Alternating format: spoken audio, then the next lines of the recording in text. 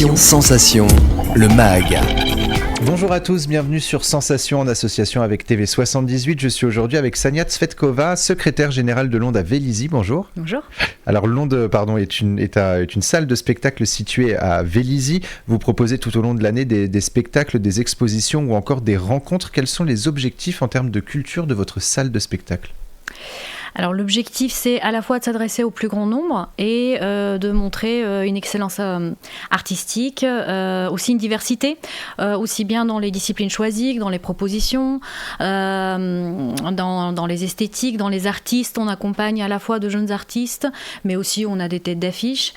On a la chance d'être une scène conventionnée d'intérêt national pour la danse et aussi d'avoir un centre d'art dans nos murs. Donc c'est vrai que le projet est très ancré dans ces deux disciplines-là, la danse et les arts plastiques, chacune dans sa singularité, mais aussi dans tous les passerelles qui peuvent exister entre les deux. Donc on est beaucoup dans la transdisciplinarité également. Et qu'est-ce que ça signifie accompagner ? Vous avez dit on accompagne des jeunes artistes. Qu'est-ce que ça signifie ? On a un artiste en résidence tous les 2 ans. Donc là, en l'occurrence, c'est Wanjiro Kamuyu, qui est une chorégraphe danseuse dont on accompagne les spectacles, on les accueille, mais on l'accueille aussi en résidence, on fait de la coproduction, on l'accompagne dans sa carrière pendant 2 ans. Et de temps en temps, on fait d'accueil d'autres compagnies dans nos salles pour des étapes de création. Il est important, selon vous, de faire rayonner la culture et proposer justement une programmation éclectique aux spectateurs ? Oui, absolument, puisqu'on s'adresse à un bassin de population qui est très large. On reste un théâtre de ville, mais qui rayonne beaucoup sur tout le territoire des Yvelines, jusqu'à Paris. Donc l'idée, c'est que chacun puisse y trouver des propositions à son goût. On va parler ensemble de la programmation justement du mois de mai et juin, 2 mois avant la fin de la saison de Londe, mais aussi pour de nombreuses salles des Yvelines et en France. Sania, comment peut-on résumer la programmation des 2 derniers mois ? Intergénérationnelle, je dirais, parce qu'on a quelques propositions familiales qui s'adressent à toute la famille à partir de 5 ans et aussi un grand événement pour les 20 ans de Londe. C'est le 3e et dernier événement de cette année pour fêter cet anniversaire, le 10 juin. Et là, on a sur une proposition vraiment tout public qui s'adresse à tout le monde. On va parler justement plus en détail de la programmation. On va commencer avec Katia Guerrero en concert à Londe le 11 mai. Qui est Katia Guerrero ? Katia Guerrero, c'est une chanteuse de fado qui a le vent en poupe depuis quelques années et qui est souvent comparée à Amalia Rodriguez dans sa sensibilité. Le fado, pour un petit rappel, c'est un chant populaire du Portugal. Né à Lisbonne dans le 19e siècle, et c'est un mélange, ça c'est né à partir de la rencontre entre des chants marins et des chants de rue venus du Brésil. Donc c'est un chant qui est très puissant, qui est très mélancolique, très chargé en émotions, qui chante la solitude de l'âme, les grandes émotions d'amour. Donc ça promet un très très bon moment d'émotion. Et pour se donner une idée, on va écouter justement un extrait, on poursuit juste après. Para o sofrimento que escorre do meu cansaço. Só quem ama tem razão para entender a emoção que me dás no teu abraço.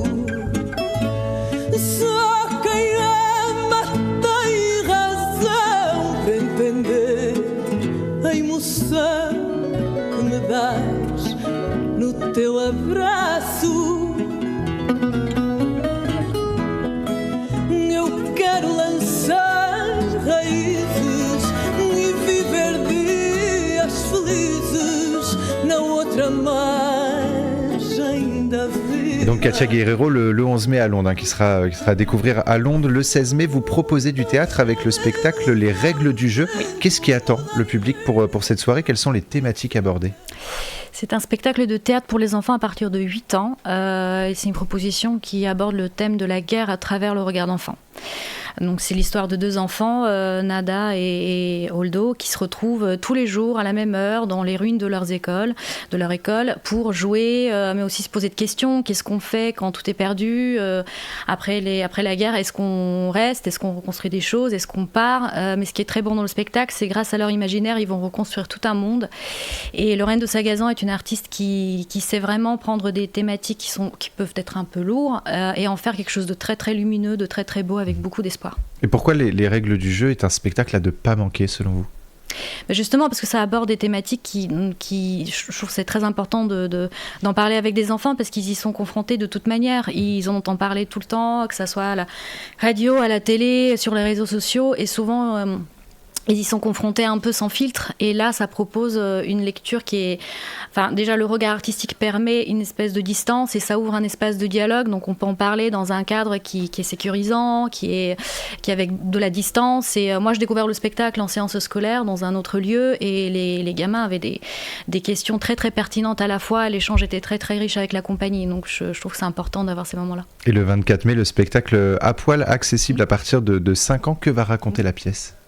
Alors là, c'est un spectacle un peu atypique. C'est plus une expérience à vivre qu'un spectacle au sens classique du terme. On est assis en salle, parce que justement, on n'est pas assis en salle. On rentre, et dès qu'on rentre, c'est un plateau vide. Il y a juste 3 armoires sur roulettes, ce qu'on appelle des fly cases, et qui commencent à bouger. Et en sortent 3 personnages un peu décalés, un peu mystérieux. On comprend très vite qu'il s'agit de 3 techniciens de théâtre qui tentent de déchiffrer une fiche technique et qui vont embarquer tout le public dans la construction d'un décor et le montage d'un spectacle.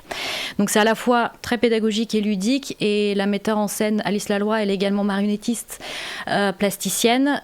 Donc elle a un univers visuel qui est très poilu. Mais je vous en dis pas plus. Alors, on va écouter un extrait, pas du spectacle, hein, mais du teaser pour nous mettre un petit peu dans l'ambiance.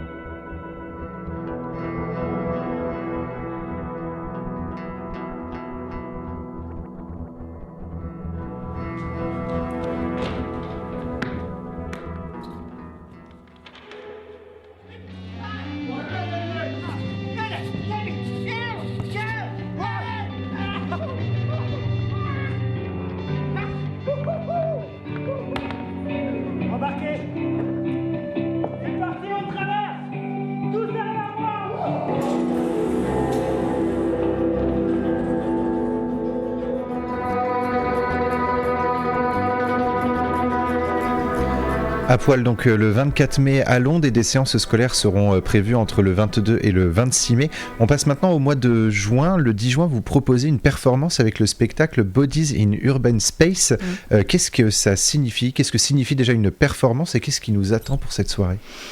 Là, pareil, c'est une vraie expérience à vivre. On a invité le chorégraphe autrichien Willy Dorner pour faire ce spectacle sur mesure. C'est une déambulation dans l'espace public qui est créée sur mesure parce qu'il imbrique des corps humains qui sont vêtus de survêtements colorés. Il les imbrique dans l'architecture urbaine. Donc, il se sert vraiment de la ville qui devient un décor, ce qui fait que les spectacles sont à chaque fois très uniques. Et voilà, si vous vous dites on peut voir ça ailleurs, non.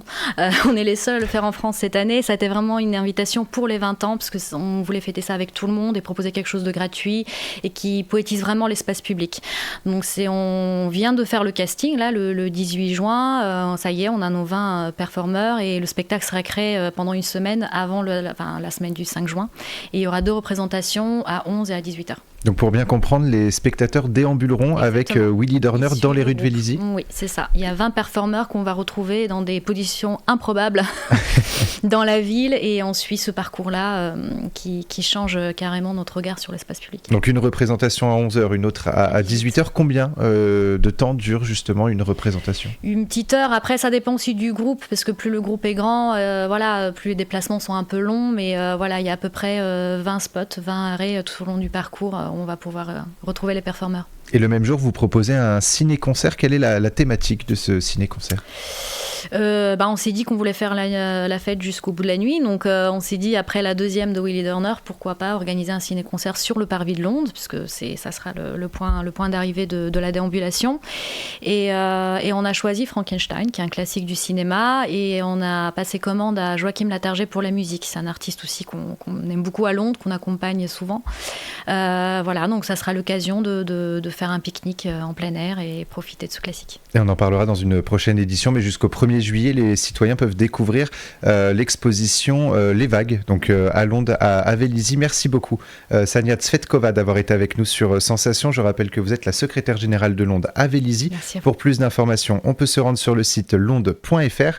Et pour revoir ou réécouter cette émission, rendez-vous sur notre site et notre application Radio Sensation.